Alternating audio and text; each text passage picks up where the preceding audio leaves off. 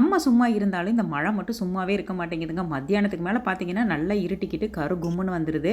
ஏதாவது காரமாக சூடாக சாப்பிட்டா நல்லாயிருக்கும் அப்படிங்கிற மாதிரியே தோணும். அந்த மாதிரி தோன்றப்பெல்லாம் ஒவ்வொரு டைம் செய்ய முடியாதுன்னு சொல்லிட்டு ஒரே டைம் பண்ணி வச்சுட்டோன்னா ஒரு வாரம் 10 நாளைக்கு கவலை இல்லை அப்படின்னு சொல்லிட்டு பசங்களுக்கு இன்றைக்கி வெந்நீர் முறுக்கு தான் செஞ்சுருந்தேன். அதுக்கு ஒரு 3 கப்பு அரிசி மாவு இருந்தால் போதும். அது கூட 1 கப்பு பொட்டுக்கடலை மாவு எடுத்துகிட்டு தேவையான அளவு காரத்தூள், கொஞ்சமாக உப்பு, கொஞ்சம் எள்ளு, ஒரு டேபிள் ஸ்பூன் அளவுக்கு பட்டர், அப்படி இல்லைன்னா சூடான எண்ணெயை மட்டும் ஆட் பண்ணி நல்லா மாவை வந்துட்டு சாஃப்டாக பிணைஞ்சு எடுத்துக்கணும். சுடு தண்ணி ஆட் பண்ணிவிட்டு ஒரு 10-15 நிமிஷம் மூடி போட்டு வச்சுட்டோம் அப்படின்னு சொன்னாக்கா அந்த வெந்நீருக்கு அதுக்கும் நல்லா புழுங்கி மாவு நல்லா சாஃப்ட் ஆகிடும்.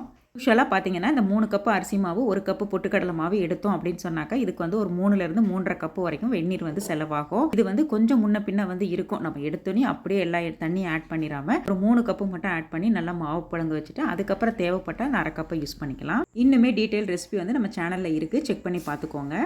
அப்புறம் என்னங்க 2 பக்கமும் நல்லா வேக வச்சு பொன்னிறம் ஆனோடனே எடுத்தோம்னா சூப்பரான முறுக்கு வீட்டு சுவையில் ரெடி ஆகிடும்.